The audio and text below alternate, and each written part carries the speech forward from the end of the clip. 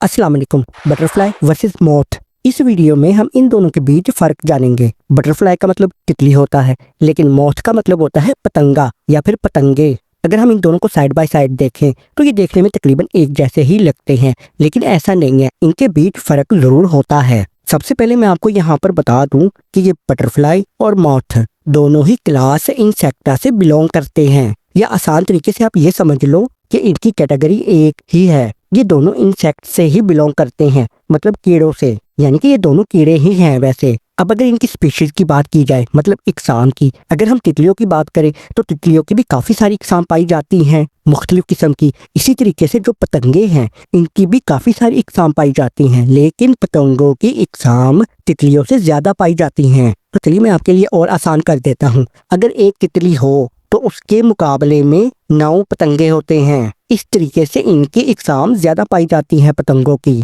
अब हम इनकी फिजिकल अपीयरेंस को पहले जानते हैं और इनके बीच का फर्क भी जानते हैं। तो भाई देखो, ये जो आप स्क्रीन पर देख रहे हो ये एक मोथ है। अब जाहिर है ये फोटो में तो हमें काफी बड़ा नजर आ रहा है, लेकिन जो इसकी बॉडी होती है ना, वो तितली की निस्बत जरा शॉर्ट होती है, छोटी होती है, और इसके साथ साथ इसके ऊपर फर होते हैं, यानी कि यूं समझ लो कि बहुत ही बारीक बारीक या छोटे छोटे बाल होते हैं जो कि नरम होते हैं जरा। अब जाहिर है ये हमें ऐसे ही अपनी आंख से नजर नहीं आते, इसके लिए हमें जरा माइक्रोस्कोप का इस्तेमाल करना पड़ता है, तो तब ये जाकर कहीं हमें नजर आएंगे। तो कहने का मतलब है कि इसकी बॉडी के ऊपर फर होते हैं, जबकि जो बटरफ्लाई होती है इसकी जो बॉडी है ये थोड़ी सी सिलेंड्रिकल होती है, मतलब जरा लंबी होती है, और आमतौर पे इसकी बॉडी पर फर नहीं होते। इसके अलावा इन दोनों में एक और खास फर्क भी होता है इनके कलर्स का। जो तितलियां होती हैं ये ज्यादा ब्राइट कलर की होती हैं, मतलब इनके जो रंग हैं वो जरा चमकने वाले होते हैं, ज्यादा रंग बिरंगी लगती हैं, देखने में खूबसूरत लगती हैं। जबकि जो पतंगे होते हैं मोथ, इनके रंग फीके से होते हैं,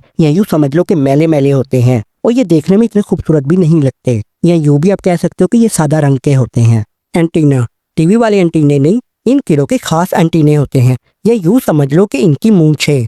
अब इनमें ये फर्क होता है, जैसा कि जो मोथ होते हैं इनके एंटीने धागे नुमा होते हैं, या यूं समझ लो कि फिदरी सी होते हैं, मतलब इनके ऊपर हल्के हल्के से बाल होते हैं, यानी कि इनका एंटीना थोड़ा सा नरम होता है। जबकि जो तितलियां होती हैं इनका एंटीना थिक होता है, यानी कि थोड़ा सा मोटा भी होता है, और ये सख्त भी होता है, स्टिक की तरह, यानी कि छड़ी की तरह का। और अगर आप गौर से देखो ना तो जो किनारे पर है ये थोड़ा सा ना हुकनुमा होता है, यानी कि मुड़ा हुआ होता है। जबकि जो पतंगे होते हैं उनके एंटीने ऐसे नहीं होते। तो कहने का मतलब ये है कि तितलियों के एंटीने सख्त और छड़ीनुमा होते हैं। लेकिन जैसा कि पहले मैं आपको ये बता चुका हूँ कि इन दोनों की काफ़ी इकसाम पाई जाती हैं। तो जो मोथ होते हैं पतंगे, इनमें कुछ ऐसी इकसाम पाई जाती हैं जिनके एंटीने तितलियों से मिलते जुलते हैं, मतलब स्टिकनुमा, सख्त होते हैं, छड़ीनुमा होते हैं।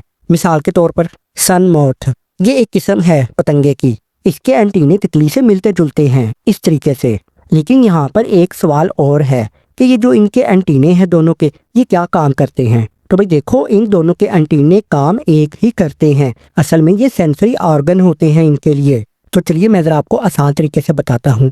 इनके एंटीना काफ़ी ज़्यादा काम करते हैं, ये नेविगेशन के तौर पर भी काम करते हैं, यानी इनको ये अंदाज़ा हो जाता है कि हम किस तरफ जा रहे हैं, या हवा में से केमिकल को ये डिटेक्ट कर लेते हैं, ये अंदाज़ा इनको हो जाता है फूलों की खुशबू किस तरफ है या नहीं है, और इसके साथ साथ कि अपना खाना भी इन्हीं की मदद से ढूंढते हैं। तो ये सारा कुछ अपने इन एंटीनों की वजह से ही करते हैं। तो असल में ये इनके सेंसरी ऑर्गन होते हैं।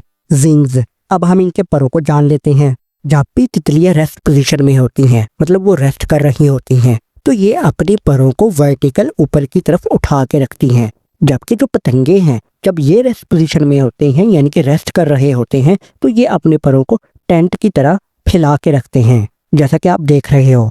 इसके अलावा तितलियों के परों के ऊपर काफ़ी ज़्यादा कलरफुल पैटर्न बने होते हैं, और इनके पर भी बड़े होते हैं पतंगों की निस्बत।